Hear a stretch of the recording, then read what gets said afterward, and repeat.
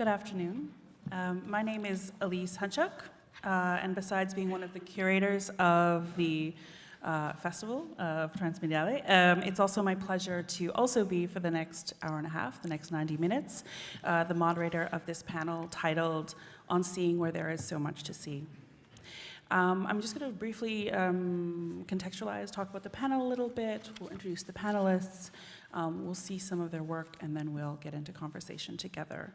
And a reminder, for those of you in the audience, we will have a Q&A towards the end of our time together. And then for those of you watching on the live stream, if you can, if you like, to join the Telegram chat and ask questions there, we'll be collecting them. And either if we're able to answer them throughout the conversation, if they apply, or again, also, bring them in at the end of the conversation. So, the panel. The title of the panel brings together two thinkers, more than two, but in particular two. One of our advisors, Jussi Parikka, and Robert Walser. In one of his recent books, Photography Off the Scale, there is a chapter on seeing where there's nothing to see, practices of light beyond photography. And here, Jussi begins with a team of researchers who, and I'll quote it for those of you who haven't had the luxury of reading the book yet. Here he begins with a team of researchers who suggest that, quote, Wi-Fi antennas and signals are, in principle, sensors capable of detecting body postures and movement, end quote. And further, that, quote, this form of seeing beyond the visual spectrum is an alternative to camera-based radar and LiDAR, technologies that have already been used in the context of people perception. In a city, nowadays almost any city, that is cut through by an extensive range of wireless signals between signal stations, that means that, in effect, the city is continuously forming images. These images, however, take a detour via Wi-Fi, where transmission turns into photography and signal processing into spatial modeling, in a reminder that everything that exists as a signal can also exist as an image, end quote.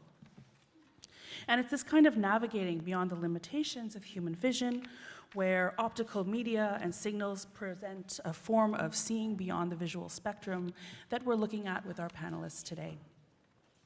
Those signals that move through cables, data servers, and networks transform and arrange what they see to make an image.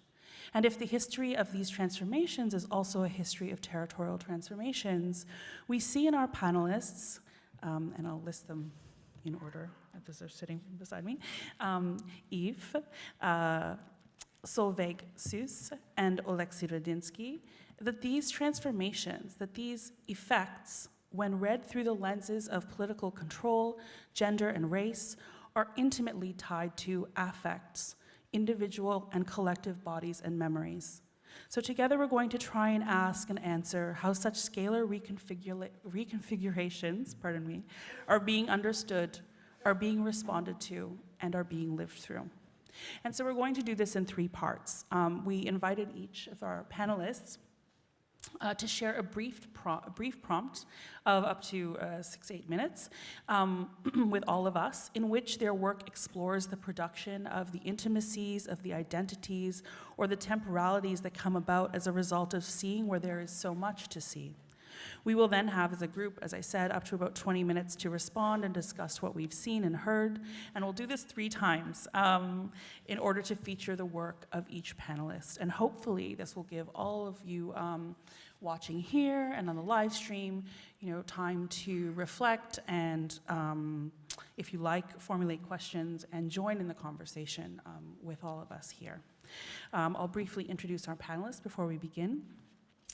With their more fulsome introductions to themselves.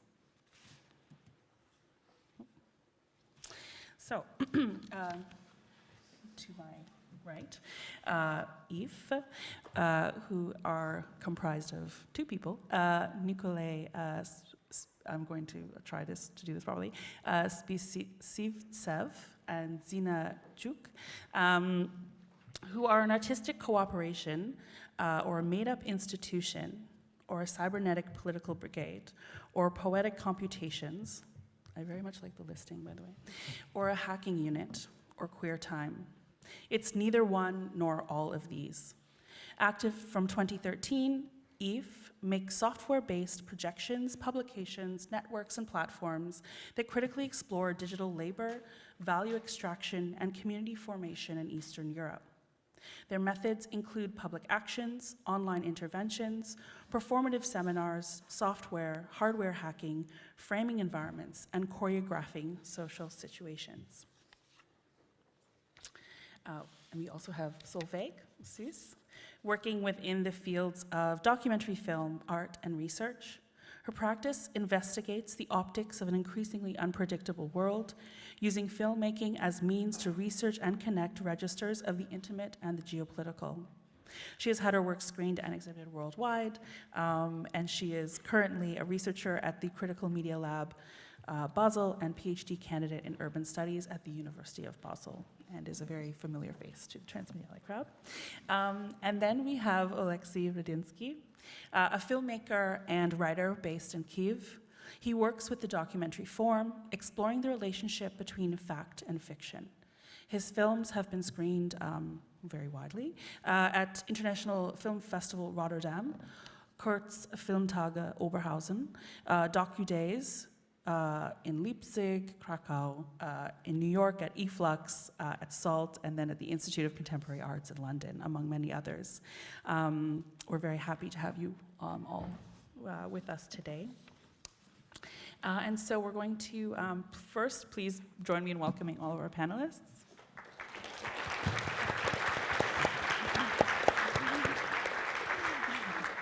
And then we're going to start with Solveig.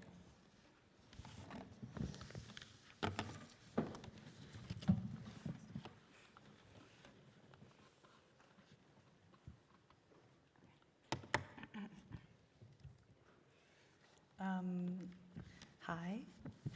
So about a year ago, I wanted to begin making a film that centered on a specific moment in time. And this was between the years of 1982 to 1987, when my mother had worked as an optical engineer and was in charge of implementing designs and lenses and filters for various types of instruments in a state-run company in Beijing, China.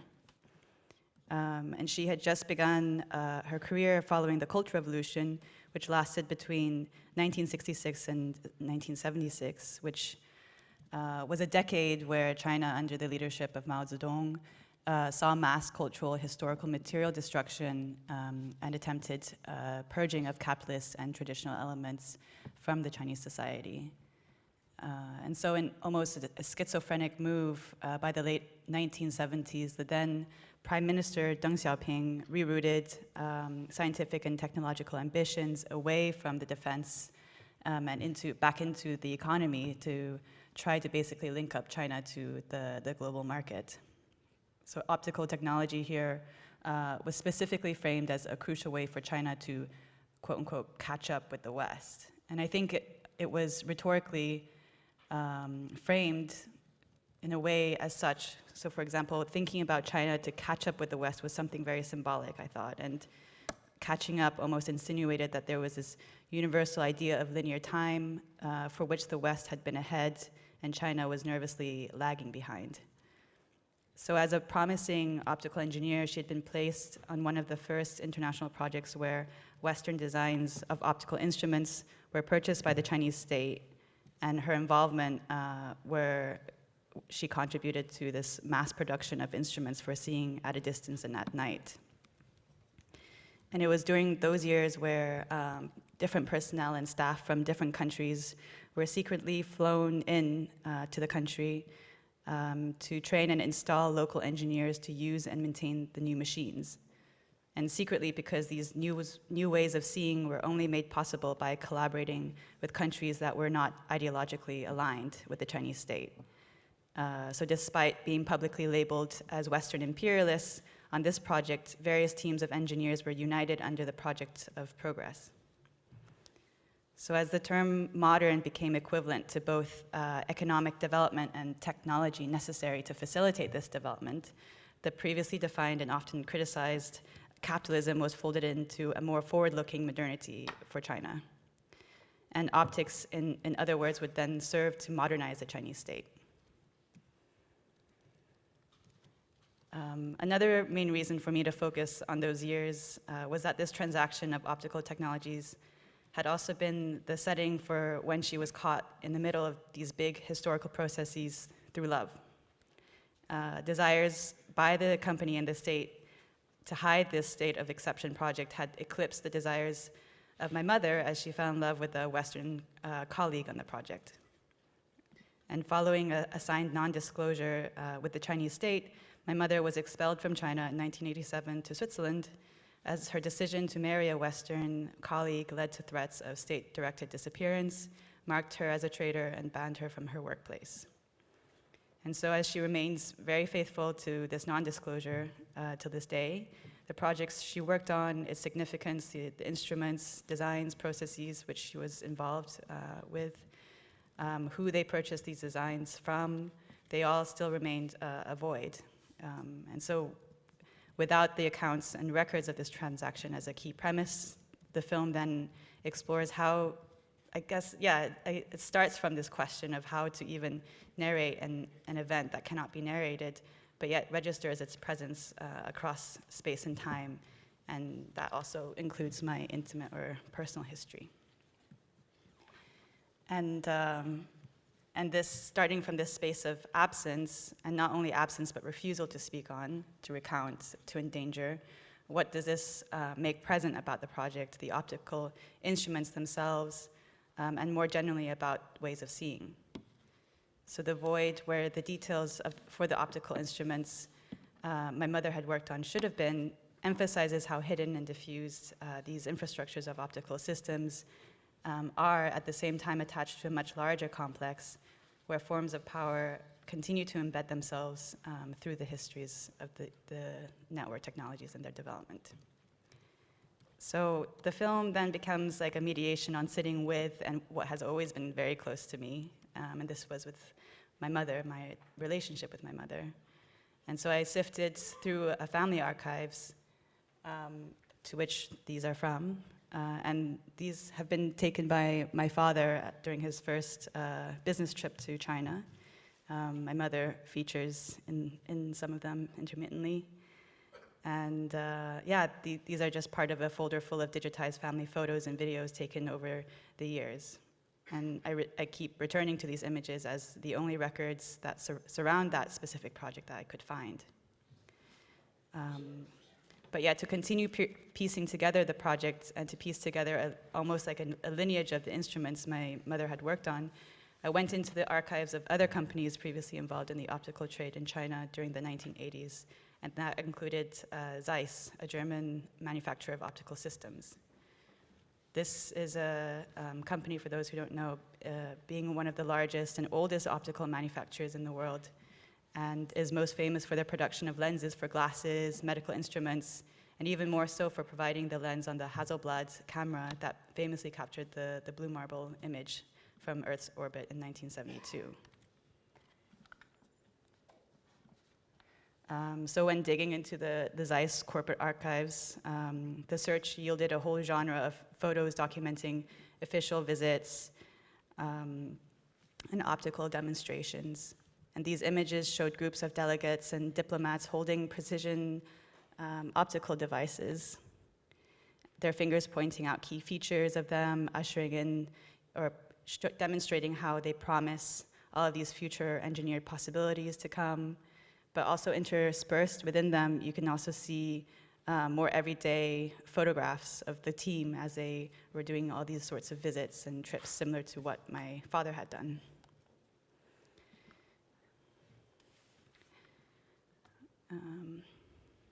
So yeah, and also, just to briefly mention, the displayed photos also originate between two main time sequences. One from the 1950s, the early days of the Chinese Communist Party as they established the modern nation state, and then the other lasting from the end of the 1970s into the 1980s when China opened up to the global market. So many of the instruments from the 70s and 80s were machines that improved the precision of land measurement and increased the range of visibility, particularly in the infrared spectrum, beyond what was visible to the human eye.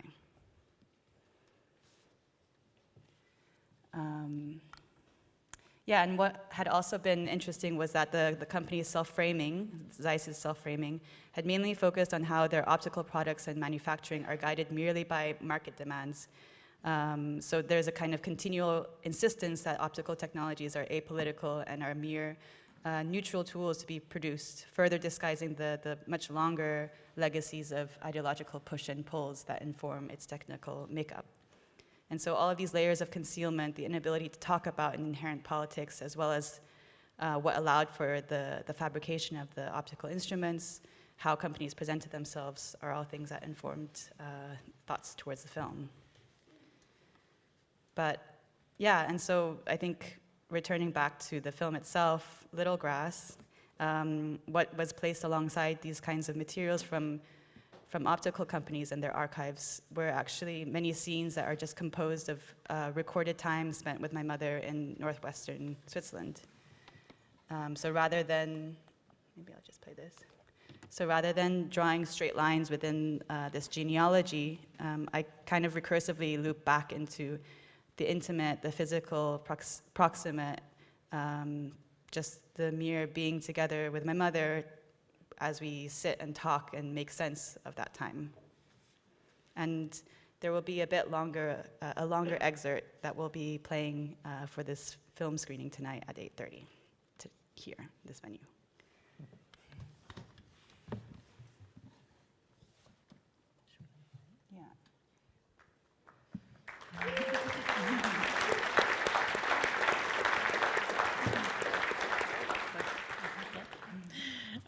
Thank you so much, Solveig, for sharing your work, and yeah, I'm very excited to see the clip tonight. In the making of Little Grass, the clip that you shared, it's a bit longer than what you saw, we see and hear records of time spent with your mother in Switzerland, as you mentioned, alongside the archival materials, some of which are shown in some of the slides that you shared, in the archives of the optical manufacturers. And you do this as a way of constructing this recursive genealogy of your mother and her work.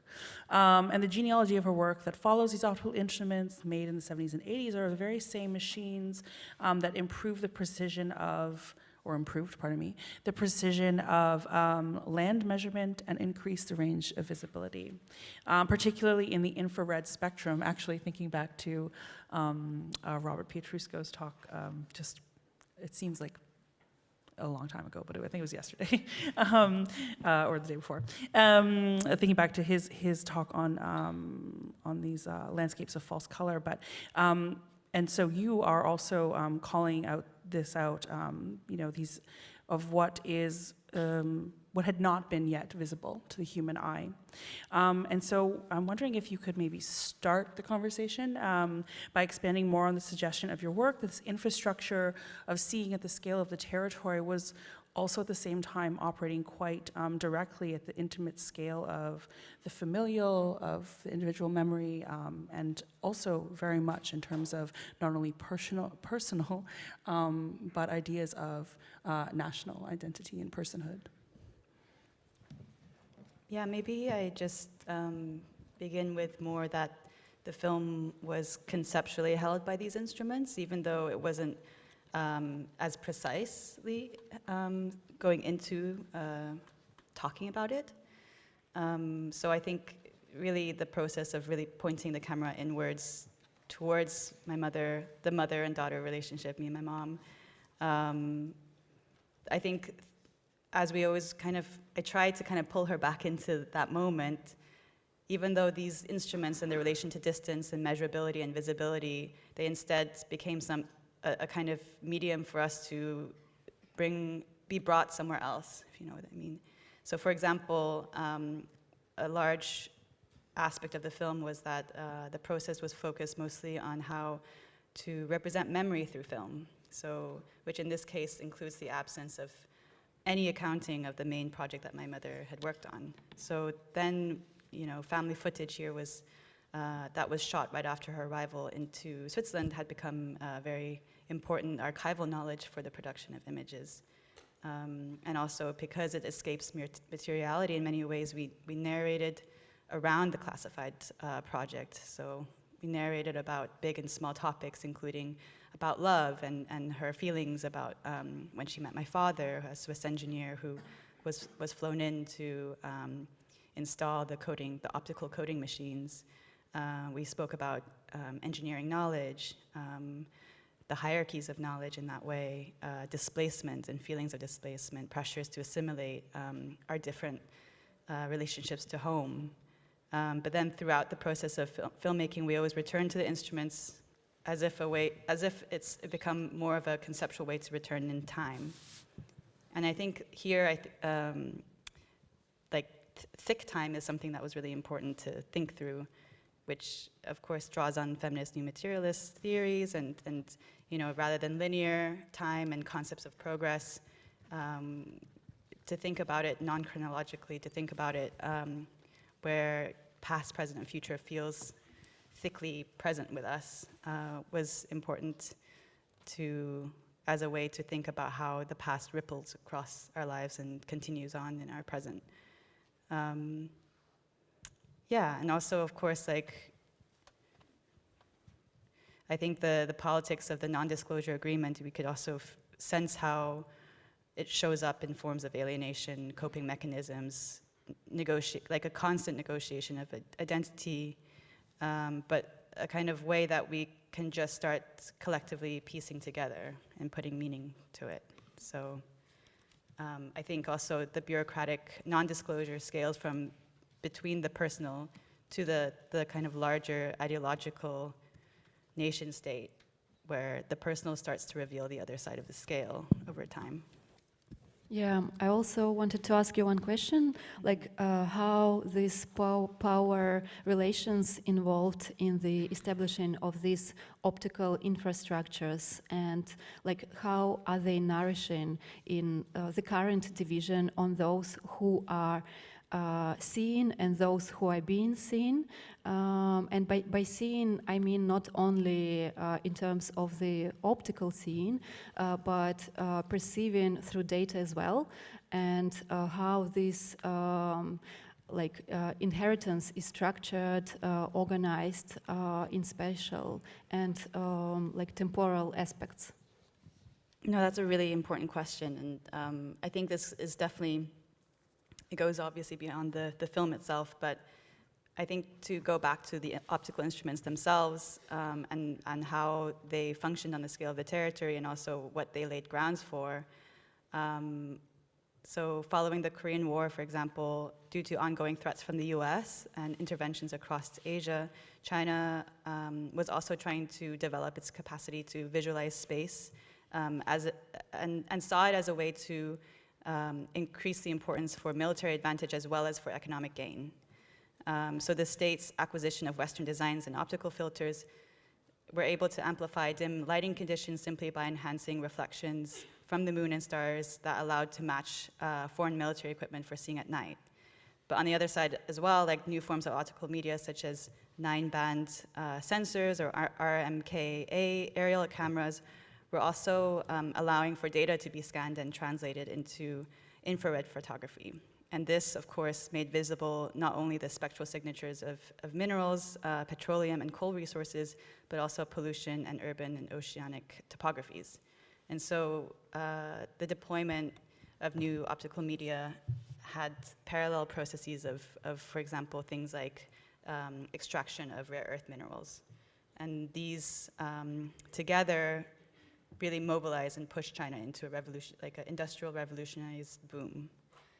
And I think this is also when the global market just completely transformed as well as soon as China entered the global market. But then, of course, I think you can also think about it in terms of how it ignited new landscapes of production and distribution at the same time with these new ways of seeing, and in general, completely reshuffled the world's organizational logics. And I think you can kind of see that with, for example, how the electronics boom kind of and China's monopoly of rare earth minerals really laid grounds for the exporting and facilitation of heavy projects laying down fiber optic cables across regions of Eurasia, Africa, and the Arctic. And this, of course, includes various economic zones, such as in Lusaka, a China smart tech city in Morocco, and similar contracts in Thailand, Pakistan, and generally a 10,500 kilometer fiber optic cable across the polar seabed through Russia into Finland. And then also now with the exporting of engineering, labor, and technical know-how abroad through projects such as the Belt and Road Initiative, these large-scale infrastructural projects supporting the realization of interstate railways, hydro dams, ports, all of these things, I think, you know, that was a very pivotal moment to which ignited that. I'm currently also, like, going back to your question of divisions between who will be seeing and who is being seen, I think, and this conversation to importantly include data. For example, I'm currently looking at the politics of hydrodamming the Mekong River, one of Southeast Asia's main river that runs from China into Myanmar, Laos, Thailand, Cambodia, and Vietnam. And of course, the hydro dam supports this idea of a supposed sustainable energy transition of the whole region that is rooted in hydro dams. And it allows clients like China and Singapore to transition into green energy, while everyone on ground understands that hydro dams are anything but green. And you know, these infrastructures of hydro dams prioritizes a public that is not in near local proximity of the river. And so how optical regimes and data plays a role is how data is being gathered at the fluctuating Mekong River, gathered by intergovernmental organizations such as the Mekong River Commission or countries that have the capacity to gather the data, such as China. I guess they would have more power. They do have more power over how the data is being used, collected, translated, undisclosed, especially towards mechanisms that allow for the continual investment into hydro dams and their realization, because they really don't make any sense otherwise.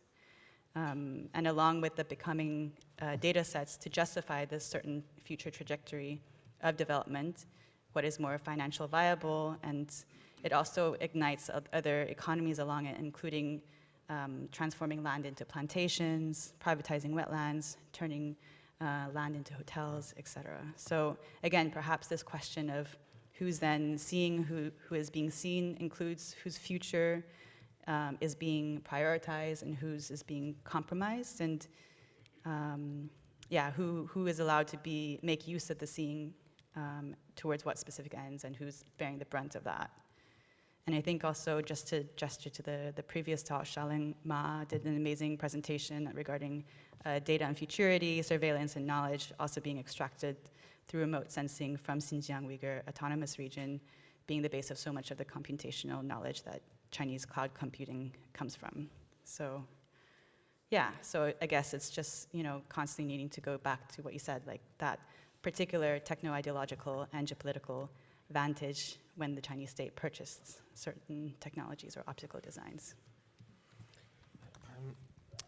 Thanks. I'm really curious about your work with the Zeiss archive, yeah, as a corporate archive, because like it's really interesting to learn more about basically the practicalities of it and the mechanisms of how this work was possible. How did it work for you around the economy of the openness and closeness of these archives, of the corporate archives actually, and the visibility and the invisibility that they create around themselves? Were you able to access everything you needed, or were there some parts of it that remained invisible for you? That's a really good question. I mean, so at first I went to the Munich Photonics Fair, which is basically an industry-based optical fair. And it was already interesting just going from, you know, place to place, who was willing to talk to me and who wasn't, who was more suspicious of me and who wasn't. So definitely, like, people were very aware of how they want to be private, right? Or like not to expose too much and be suspicious of competition. But Zeiss was surprisingly open, and they invited they were like a lot more inviting for me to potentially visit them. And they also had their own corporate archives, which is something I haven't seen before. Going in there, you know, what I was and wasn't allowed to film was also very particular. So I wasn't allowed to film them, like where they produced the lenses, just because, you know, just in case I would expose the clients they have, right? Because also, again, they frame themselves as apolitical. They don't choose their clients. They just, you know, they're just guided by the market. And so, you know, they have clients from all of different ideological backgrounds. Within the archives themselves, it's surprisingly open, but yet still I would also be very, they were very sensitive in controlling how their images would circulate. So even though they're very generous, but yet the generosity had a lot of conditions to sign. Yeah. Thank you. There's no questions from the online audience yet, so I'm going to we're going to keep going with eeefff introducing themselves and a little bit of their work. Thank you so much. Yes, so maybe we'll start with our yesterday's algorithmic solidarity session. For those of you who've been there and who've not, we'll tell a little notes that we wanted to share. So through this session, we wanted to work with infrastructural time and how it can be embodied, if even it is possible, and taking some concrete timing events, for example, delays in cables, time to get particular knowledges about railway infrastructure, time of burning the cabinets responsible for the algorithmization of the railway in case of sabotage, or time of flying rocket from Gomel region to Kiev, or time of masking the wires that can make a signal for the whole system to slow down the train, or time of the decision of an operator sitting in a control room. So we were basically shuffling around them and trying to navigate and be navigated, trying to mix the precision of the computer with events that act upon it, that can be error-friendly towards the infrastructures, that can wrestle this precise time down. And as we think, our aim was basically to unpack the seemingly untouchable algorithmic processes. And to give you a small example, recently we made a workshop where we were creating our own train slowers or train retarders. If you put the wire on an actual railway, it slows down the train, as the train thinks that the other train occupies the rail track. Automation recognizes the wire as the other train, basically. And that is here when algorithmic processes and logistical processes are actively involved. And this workshop took place in Kassel as part of a friendly initiative called Anti-War Coalition. Yeah, and I want to talk a bit about the inner structure of this workshop to make it more clear for you. Yeah, and you can see the documentation of the workshop on the screen. And the structure of the workshop was pretty simple. We gathered on a half-abandoned or abandoned railway tracks in Kassel. And in the very beginning, we had a small speech about different contexts we're going to tackle during the workshop. And firstly, we've said few words about landscape, where such kind of actions are important and meaningful. Yeah, actually the actions we are training, the practical knowledge we are gaining during this workshop. And then we talk a bit about the landscapes in terms who is allowed to be inside of them, and how big are these logistical landscapes, and what kind of algorithms are supporting them. And then we talk a bit about the time and how the time is structured there. And then was more simple part. We talked about the instruments we needed to gain these practical knowledges. Yeah, the workshop was about getting the practical knowledge, and that was a very important part because at the first glance it was about how to stop trains in very specific territory and the time frame. The time of the Russian invasion in the Ukraine, and the territory is the territory in the Belarus. But we tried to look through this specific type of the landscape and the machinery that can glue together this territory, and we try to see these machinery as a symptom and to look through and talk about the seriality of this situation. And we try to talk while we are getting this practical knowledge about infrastructural operations of any kind and possibilities, and this is important, to make gaps in them, in the infrastructures. And what is also important, how we try to research how we can inhabitate these gaps.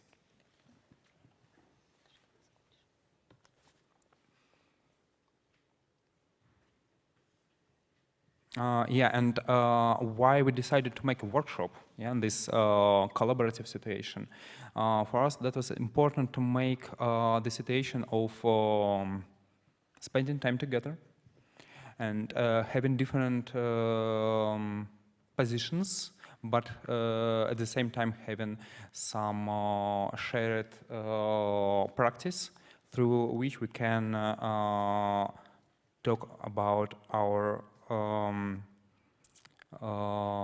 differences and difficulties in our languages and positions and maybe privileges, because we made, as Dina said, in Kassel, and people who were there, they were from different contexts, and that was important to find the way how we can talk about very privatized objects, which are infrastructures now, which don't have the proper public space. And here I want to return to this, the process of making gaps, which is important to make them and maybe inhabit it with the practices that allows to meet other subjects or people, from different contexts. Maybe this is... Yeah, and our method here is to walk to a very specific environment or location that can be semi-illegal from the position of one state, and from the position of the other cannot be recognized as such. Although our action that we see here ended up with a police car approaching us while we were walking back from the location, but nevertheless. One of the participants told me at the end of this action that it's very exciting for them to see how the infrastructure is really fragile, as we're used to think about colonial infrastructures as something interrupted, as something inevitable, immutable, and unshakable.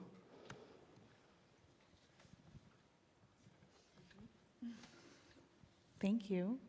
As you were talking, I almost want to change my question, but I won't, because we agreed to some questions. Thank you for that, and I think this really compels us to return to one of the themes, not only of the conference, of course, but of this conversation, which is this idea of scalar reconfigurations. And so maybe, I think you've sort of answered it, but I'm wondering if I can just maybe ask it directly, and then you can respond directly if you like.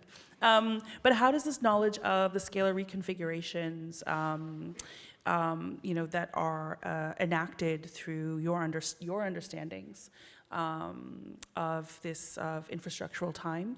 How do the knowledge of these scalar reconfigurations that are then produced through your actions, through your workshops, for example, obtain different scales of applicability? Or I think it does. I think it's possible, of course. But I'm wondering if you're thinking, explicitly about this. And I'm wondering if this is also a kind of, I don't know if ambition is the right word, but if this is kind of an ambition for your work to scale and translate elsewhere. And is the workshop the most direct way that you are working through this to enact this kind of translation?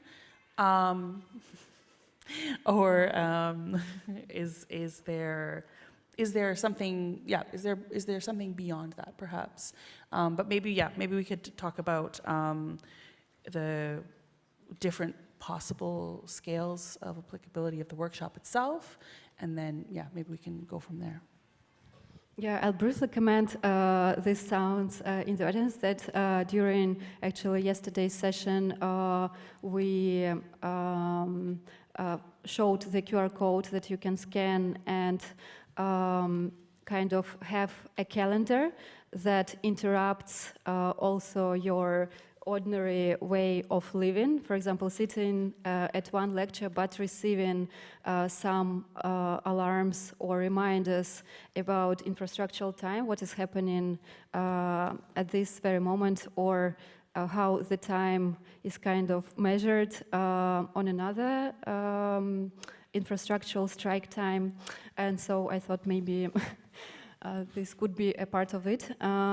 But answering your question, I think when going to a certain location collectively, we aim to interweave the actual bodies and logistical or algorithmical infrastructures, and like how they can they somehow go together and not being mediated by any intermediary.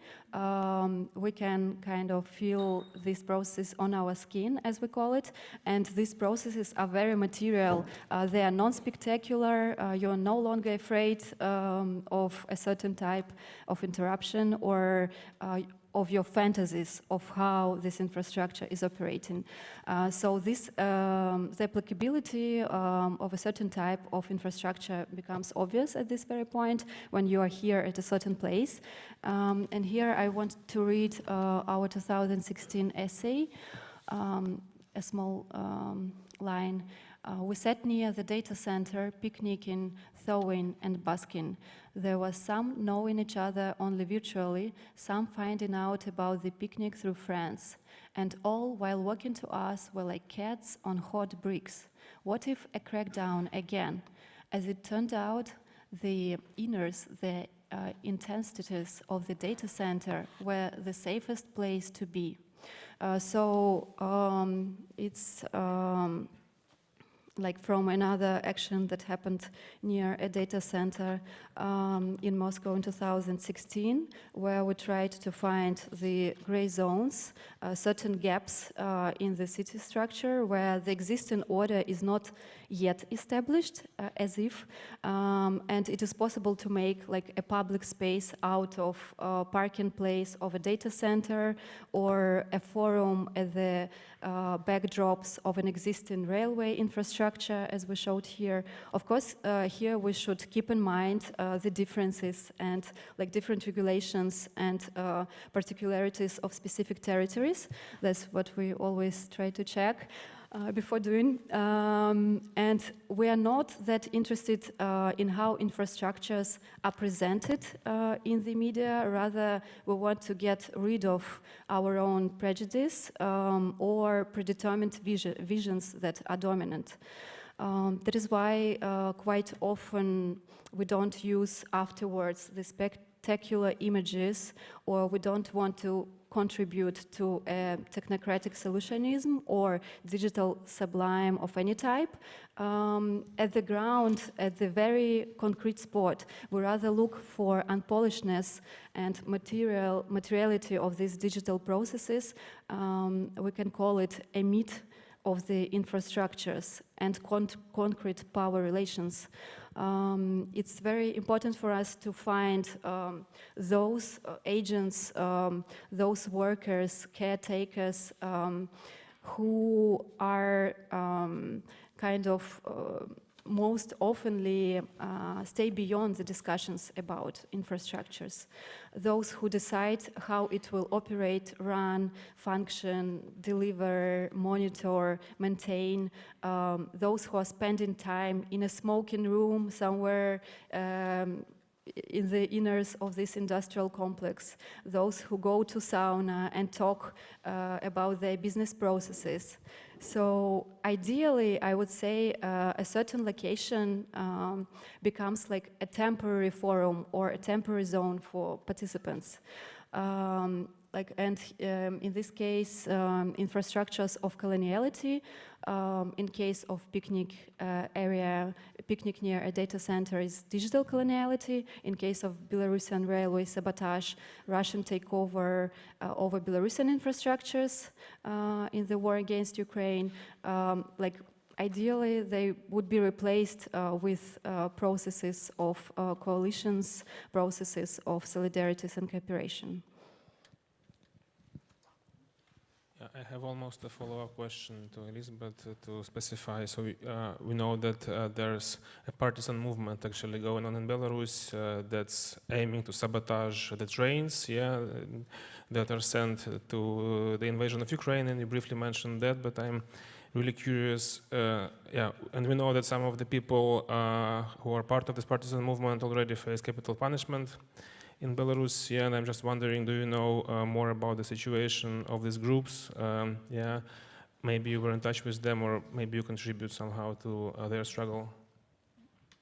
Yeah, actually, on the day of our workshop, one of the partisans was arrested, Sergei Konovalov, but interestingly enough, he was doing this infrastructural strike even before the escalation of war, and he was doing it in 2020 while the Belarusian revolution was happening. And actually it's interesting that people were being arrested for these early infrastructural strikes in kind of, as our colleague also Oleksiy Qu often writes about preemptive politics. So in this case, it's like this preemptive politics that were happening.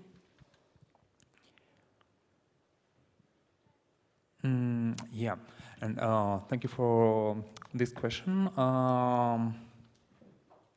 Yeah, and I want maybe to prolong your line you started, Dina.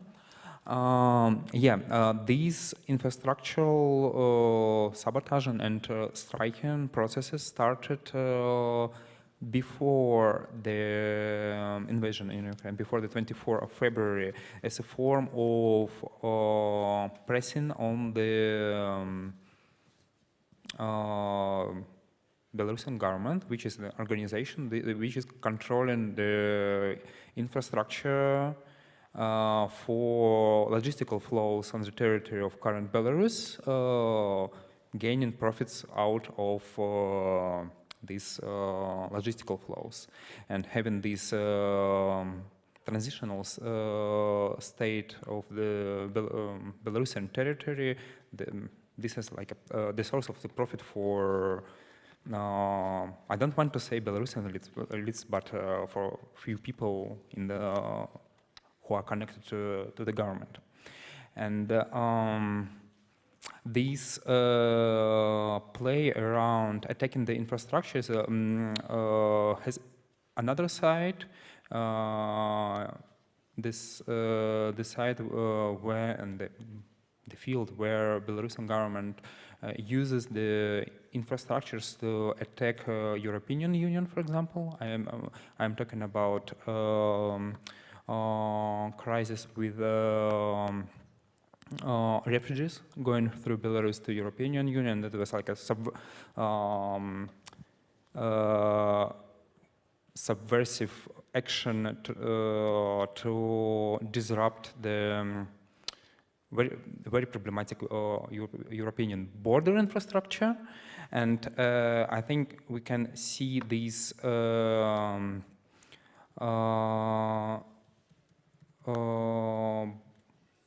like oppressions and activities and battles around on this infrastructure level. We can see the more broader context of, and we can find there these the processes of reinventing the understanding what does it mean to be citizen of some government and how you connected to the infrastructure. And the second point I want to stress is this escalation of understanding what does it mean to disrupt infrastructure in such hostile environments like in Belarus now, because the law drastically changed toward making these sabotaging actions equal to terrorist attacks, and pushing people who are not agreed with this, who are trying to use this infrastructure as a medium of protest and violence against the regime, the government pushing them behind the possibilities to survive, because as Dina mentioned, the guy who was sabotaging the Belarusian railways was sentenced for 15 years. And before 2020, that was just, I don't know how it's called, мелкое хулиганство, I don't know how it's translated. That was like a small interruption, and yeah, maybe I want to comment it like this.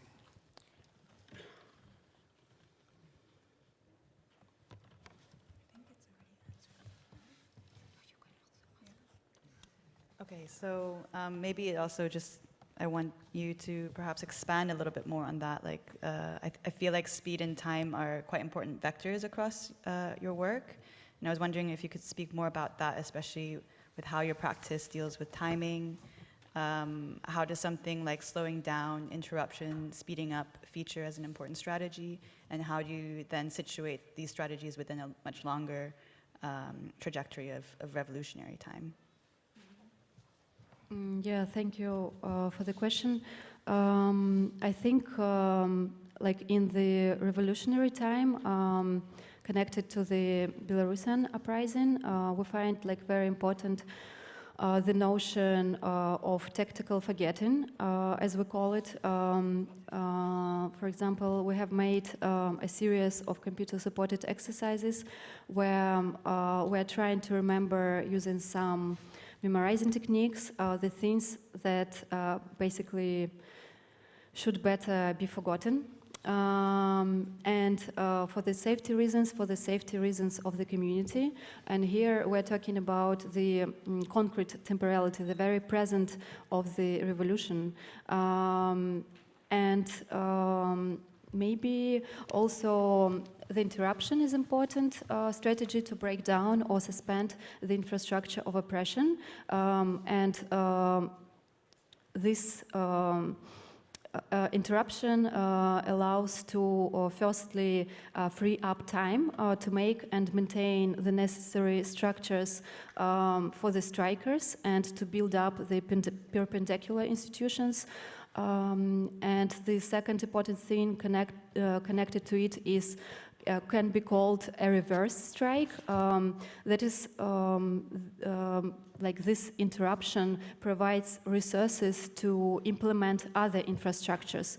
The reverse strike is called reverse because instead of stopping the activity, as for example in the sabotages of workers, it's very important.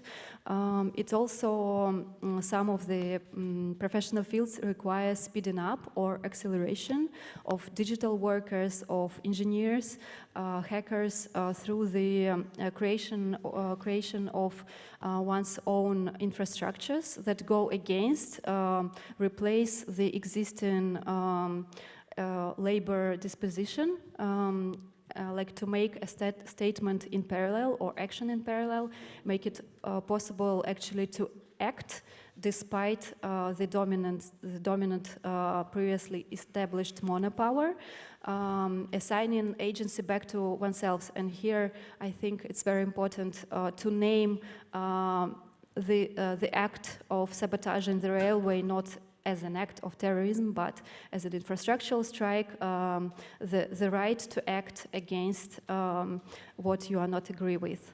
And here is how we are trying to contribute to this as well. So basically, I think like that. Thank you. I think we'll go now to Oleksiy. Thank you. Yeah, thank you. Thanks a lot for having me here, despite all odds. Thank you.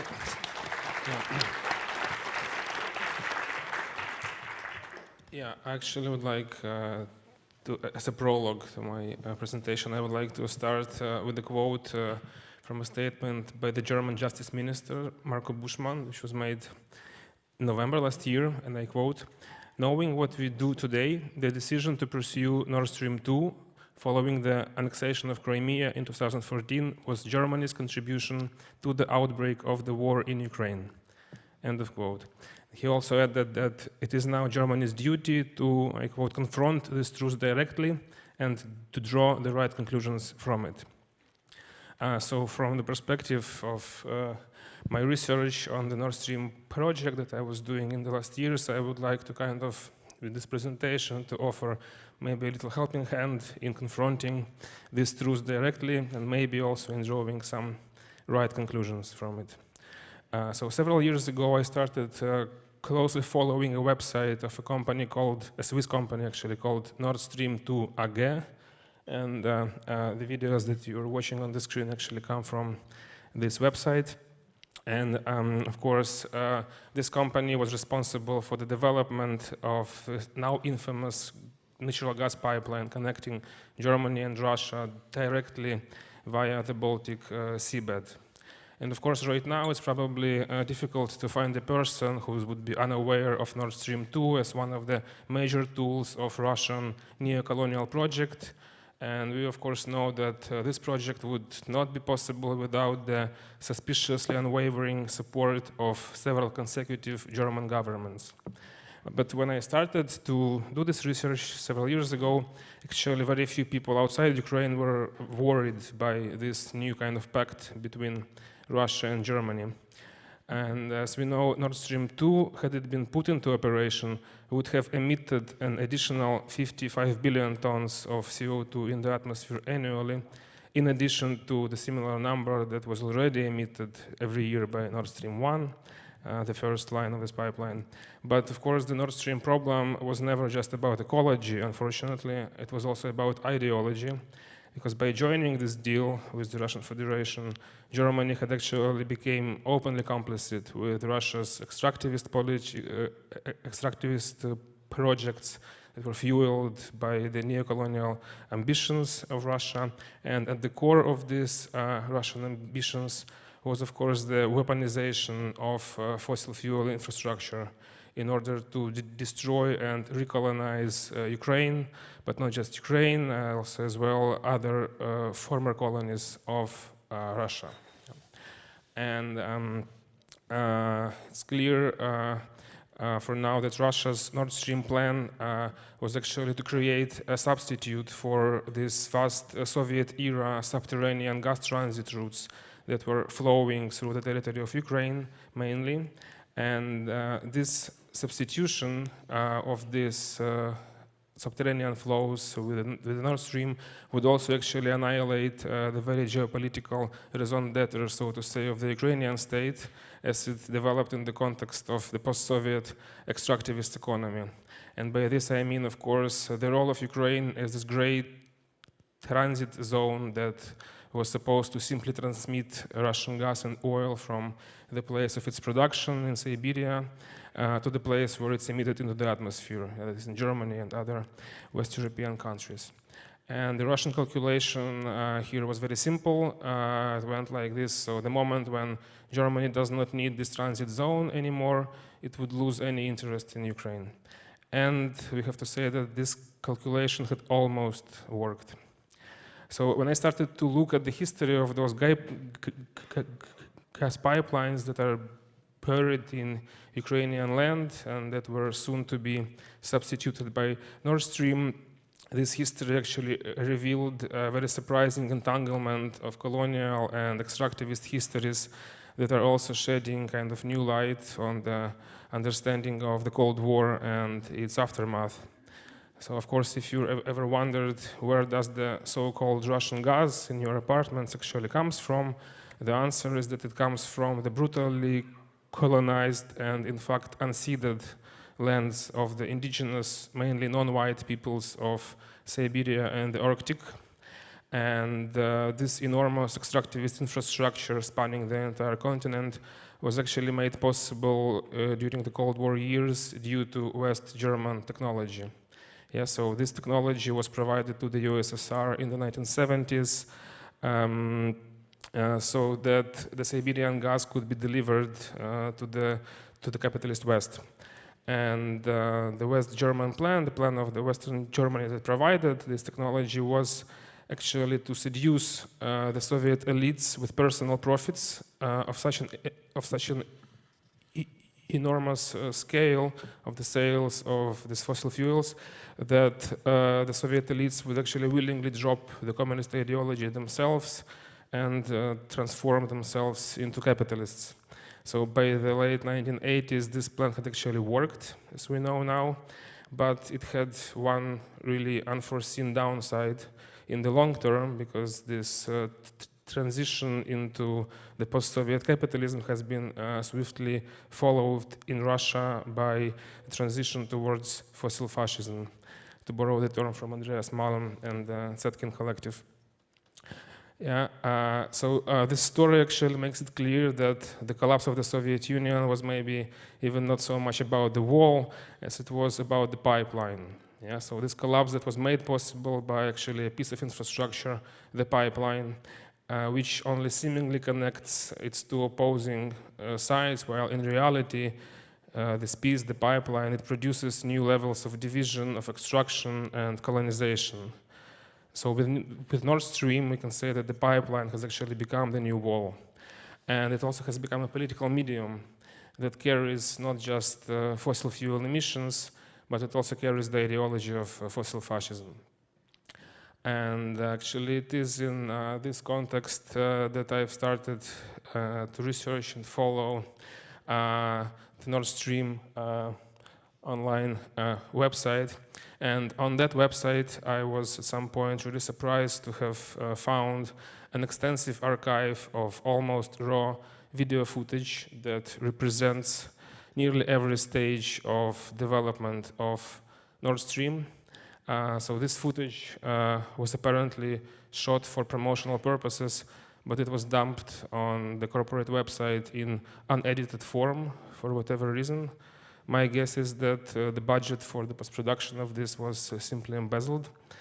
And so I decided basically to complete the unfinished work of these anonymous filmmakers on the payroll of Nord Stream and reprocess this footage into this video work, the fragments of which you are now watching. And I actually, I have to add that it was commissioned by the Biennale Warszawa last year, and I'm very happy to see Bartek Franskowiak and Eva Kozik, who actually made it possible.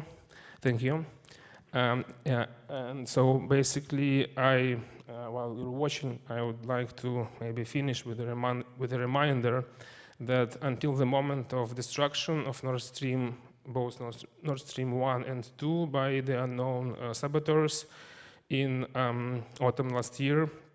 So actually up until that moment, one of the biggest financial donors of Russia's war in Ukraine was actually the German government in the form of its gas payments.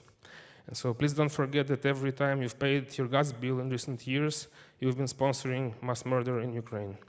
And I guess that this fact should be considered in every ongoing discussion of the topic of whether Germany should be helping Ukraine or maybe not.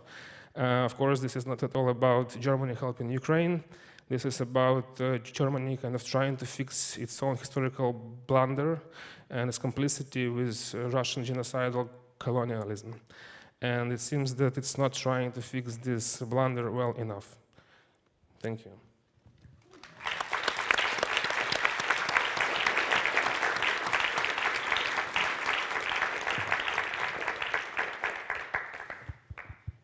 Thank you. It's going to be hard to follow that. You know, I watched your the video that you shared with us. I mean, this is like an excerpt from a much longer. It's like a 20-minute some video, yeah.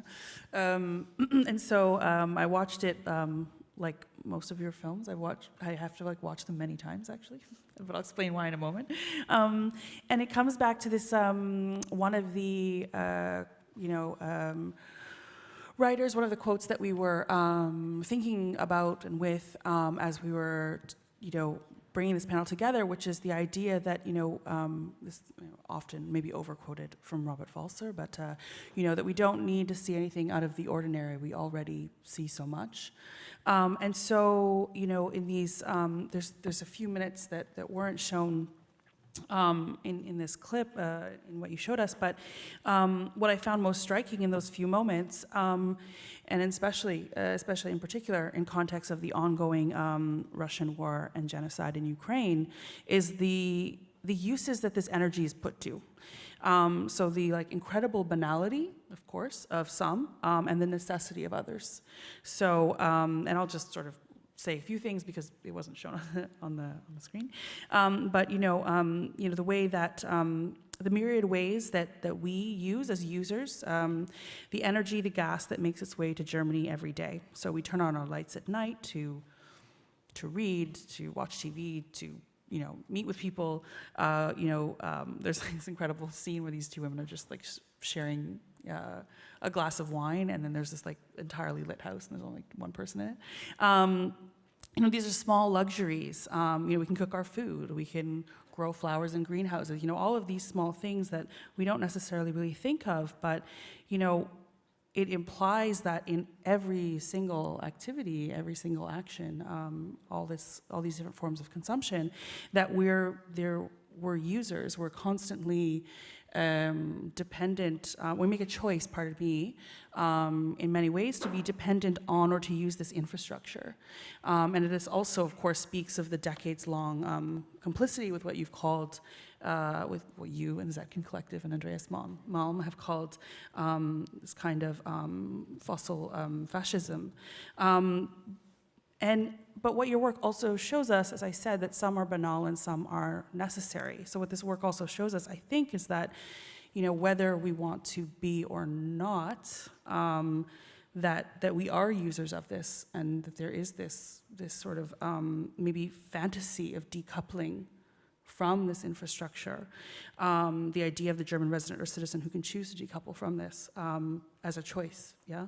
And so I'm wondering, so there's many questions that are coming from this in my mind, but I wonder if you could maybe begin with this, or maybe we could all talk about it in some ways. I think all of our work, ours also, but yours in particular. I wonder if you could speak more about the production of the figure of the user in this context or in your contexts, and about this kind of fantasy of decoupling.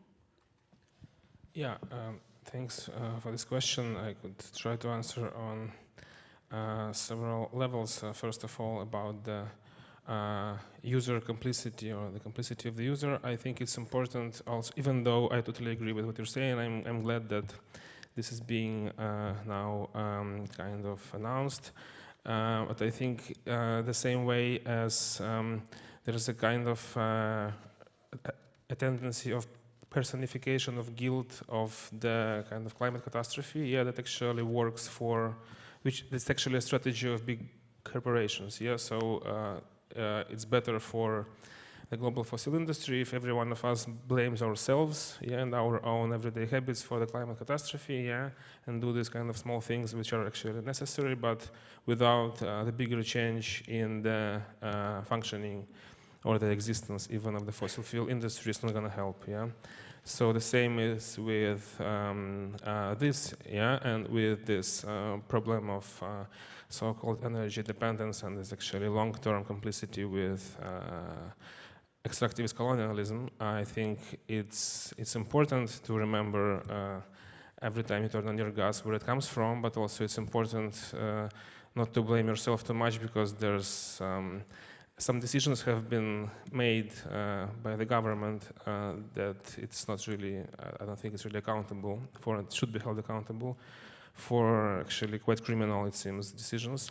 So at some point, like one of the most kind of egregious situations in the context of Nord Stream was this infamous statement by Angela Merkel that, but Nord Stream is purely a business project, yeah.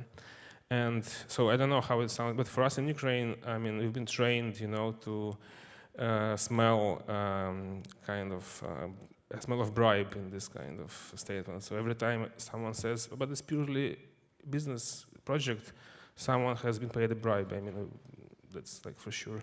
And so there's no such thing as purely business projects. Yeah, there has been a certain ideological background on the side of the Russian Federation that's been imposed on the German government as part of this deal, and the German government has very long been in denial of this for too long, yeah, and it's going to haunt, you know, us for a very long time. Still, yeah, I don't know, I could go on.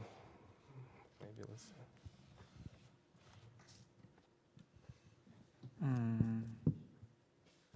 Yeah. We're watching this film knowing that the pipe as a project or object doesn't exist anymore. And this is kind of overlapping or interviewing the gazes, yeah, before infrastructure and after at the same time. And we are somehow in between this.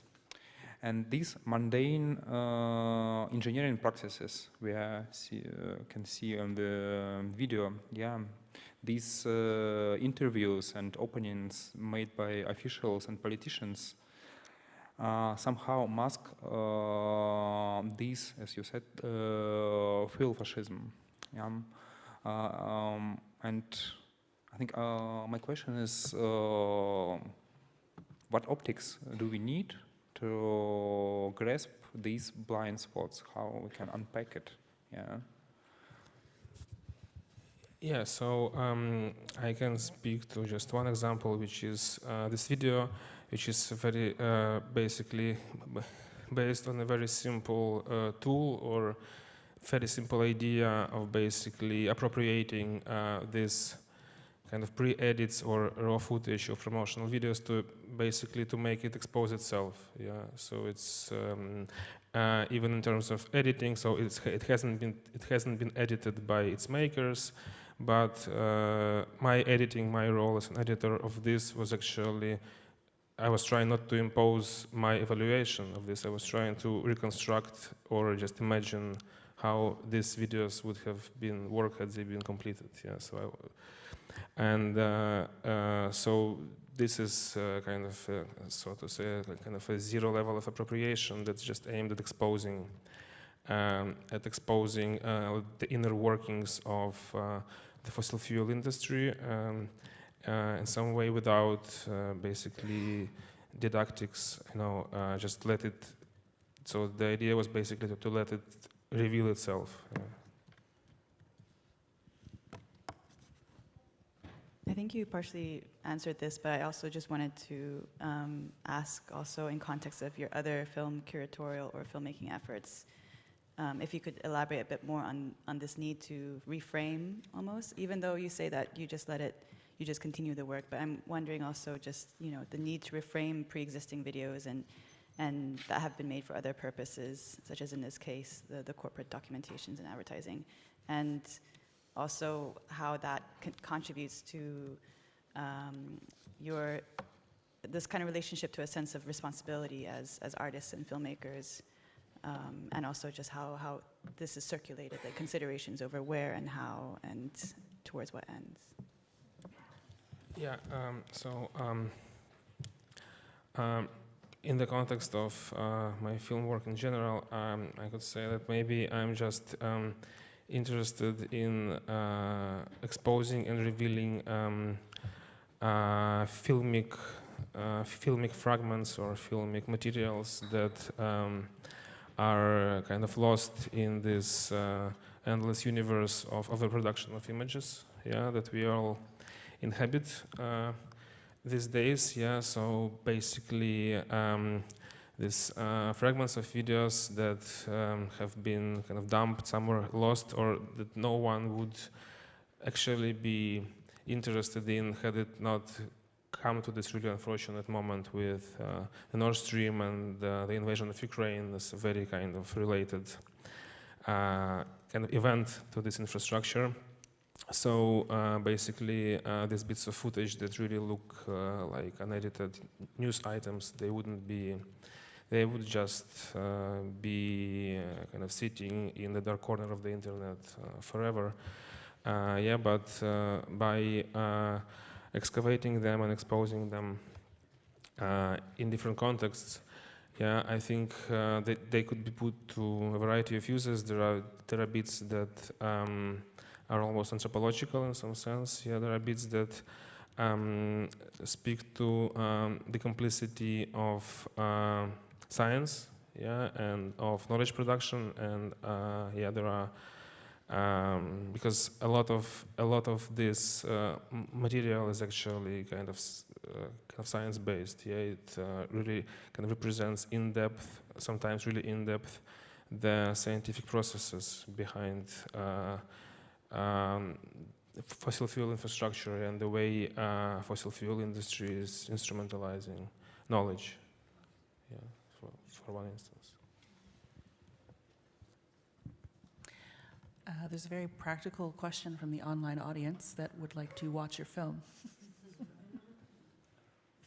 That's good to know. How can I watch it? I think if there's a way to stream it somewhere on Telegram channel of Transmediale, for example, we can do that. Okay, we'll arrange that later. Just as an idea. It's a good idea. We're just about to open it to questions. I just wanted to make sure the panel didn't have any questions first. For each other? Yeah? Okay. So we'll open up to those of you who are here. Also Telegram, please feel free to continue asking questions. We will share that link, I guess, afterward, yeah? Okay. Questions? There's one in the front. There's a microphone that will slowly make its way to you. But while it is making its way to you, oh no, wait, actually it's gonna come a little bit faster. Can you keep your hand up, please? It's just so they can see you. Thank you.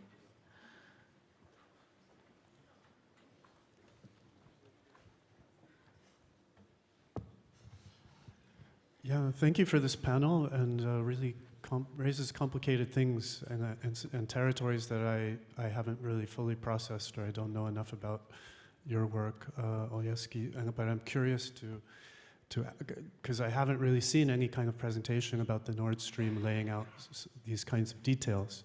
But I'll preface my comments and my question from I don't trust any oligarchy, fossil fuels industries, right? But in this situation, there's also kind of like a competition going on of like, who wants to sell oil to Europe, And so Russia is also obviously involved in that competition and that battle.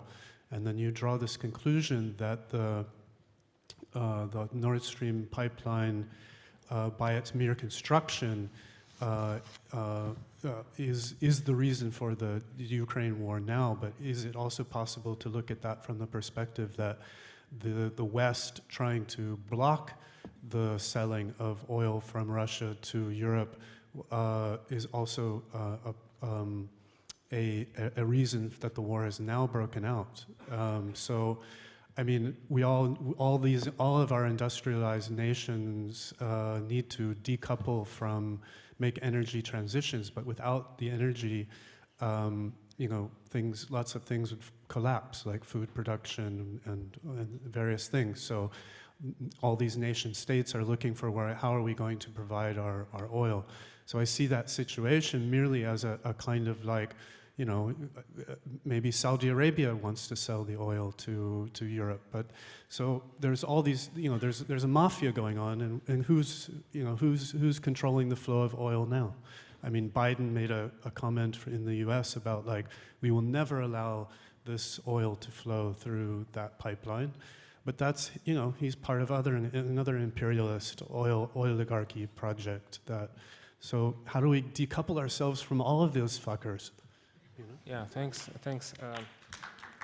So yeah, first of all, I don't think that the attempts to block Russian oil and gas somehow led to war. First of all, because there was hardly any of those attempts, or they haven't really led to anything. Like the West has been notoriously bad at trying to stop this. But in general, of course, I mean, I share your overall sentiment, and it's clear that like we should just stop to burn the fossil fuels wherever they come from, yeah? Whether it's Siberian gas or whether it's the freedom gas, yeah? From the US, because it's just incompatible with the survival, yeah, of humans on this planet. But it seems like from what I could like find out during this time of research that the last 10 years, around 10 years ago, because of this, basically because of what Angela Merkel was calling pure business project, this attachment to Russian fossil fuels led not only to the kind of financing Russian war machine, but it had also led to really bad hampering of the development of other energy sources, yeah, of green energy here in Germany, yeah. So, as far I'm sure a lot of people in this audience know this better than me, but I'm sure that we know that around 10 years ago, the renewable energy here in Germany that was on the rise got really in like in a much worse situation because of fossil fuel lobby that actually pushed through the Nord Stream, right?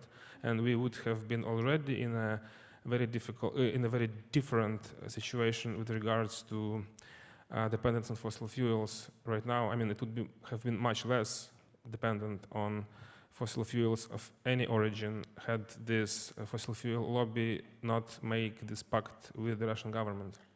Yeah, and this is the real problem. I don't think that, yeah, but generally, of course, the fossil fuel industry is a bunch of mafia in any situation. It's just not every fossil fuel industry had evolved into a fully fascist regime that is now waging a genocidal war. I mean, this is quite a different situation.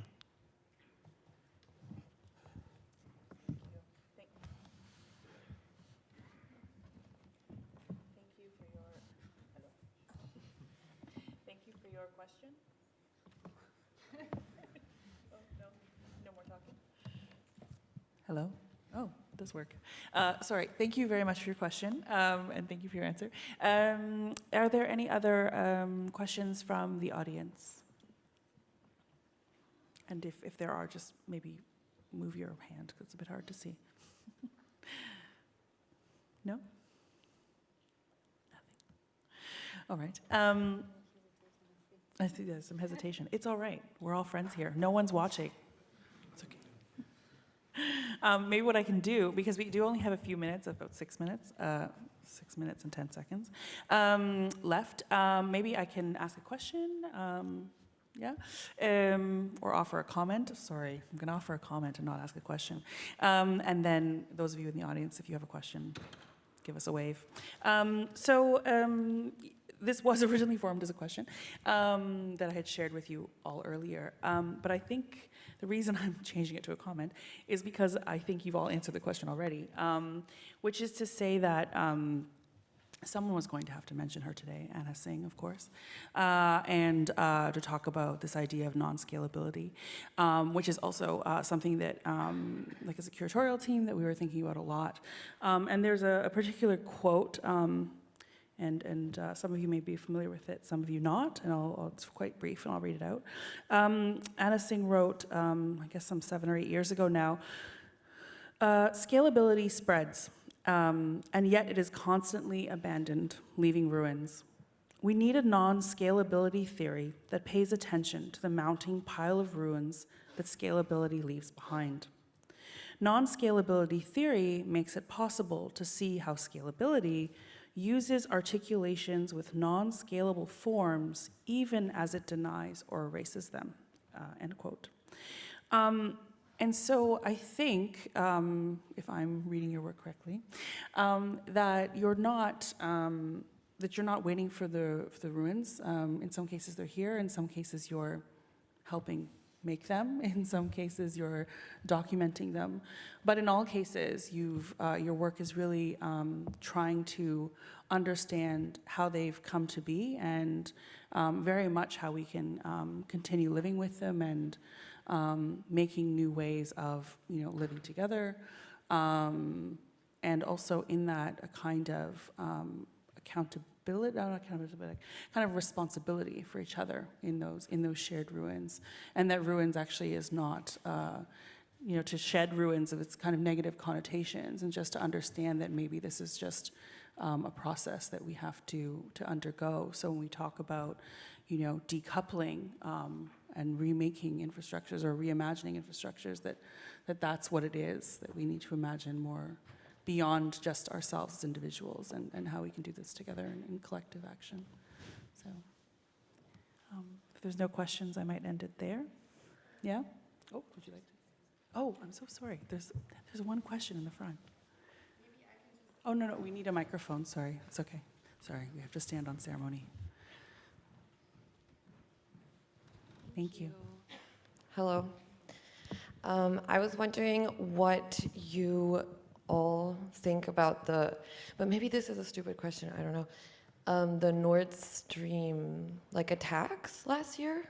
How would you interpret them? And then I feel like it connects with actually the presentation of all three of you in different ways. And yeah, I was just wondering, what are your thoughts? Was that a good thing? Who did it? Why is there no footage of it, and so on? Well, that's a really big question. I don't know if any of us know who did it. Do we know who did it? But maybe I'll let Oleksiy. Yeah. I don't know who did it. Unfortunately, I would like to know, and I think whoever did it did good. But I have a kind of another kind of comment. So. Andreas Malm, whom I mentioned here before, who kind of coined or helped to coin this really useful concept of fossil fascism in the eponymous book, had actually written a couple of years ago another book that was called How to Blow Up a Pipeline. Yeah, I hear it's been also adapted as a film in the US recently. So when I saw that book, and it was in the midst of this kind of Nord Stream controversy, basically in our lives, I was like, wow, this is a book I really want to read, How to Blow Up a Pipeline. Sounds amazing. And when I read this book, I was really surprised to see that there was not a single kind of mention about the actual topic of the book, the title of the book. Yeah, it wasn't. It was about everything else, but there was not a single discussion of how to actually blow up a pipeline. But then, so basically when in September last year, this happened to Nord Stream, I thought, wow, somehow someone really supplemented Andreas' thinking with real action. And I was happy. Maybe I'll just add towards your comment, not the Nord Stream, but kind of connected. Anna Zink starts with a phrase, this book that the essay that you mentioned. There is something disturbingly beautiful about precision, even when we know it fails us. A century ago, people stood awestruck at the terrible precision of the factory. Today, it is the precision of the computer. And I think, if we are making ruins,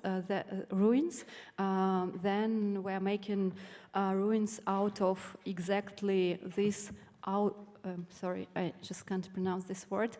Ostrich at the terrible precision, like trying to unpack this impossibility for acting out, or being paralyzed by the unknown, which can basically block our political imagination. So let's prolong imagining who and what will happen further.